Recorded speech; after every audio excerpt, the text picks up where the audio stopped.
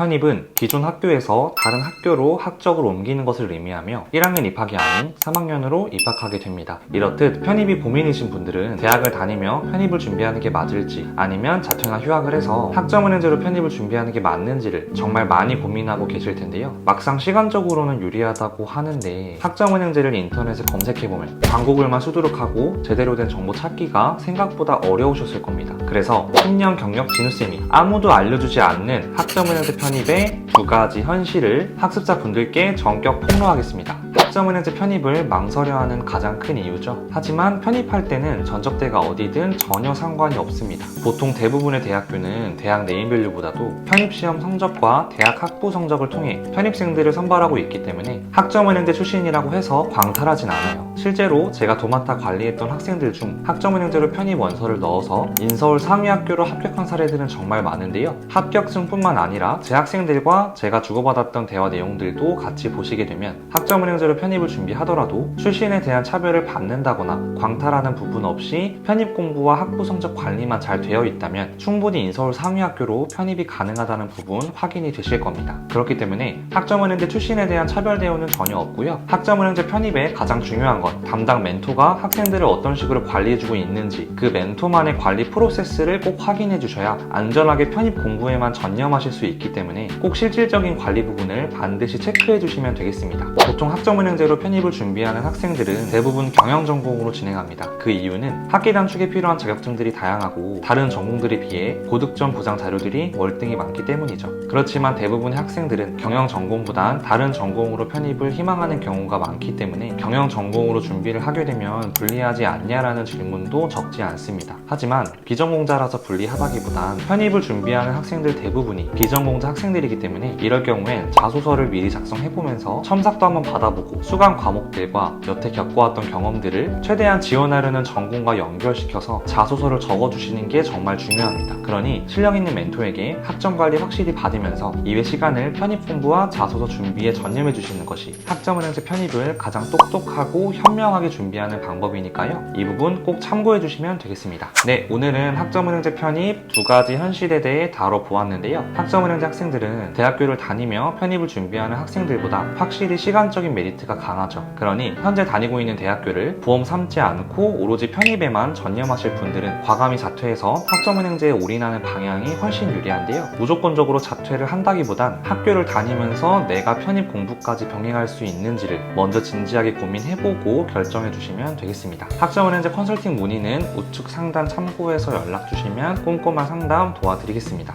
여러분 안녕.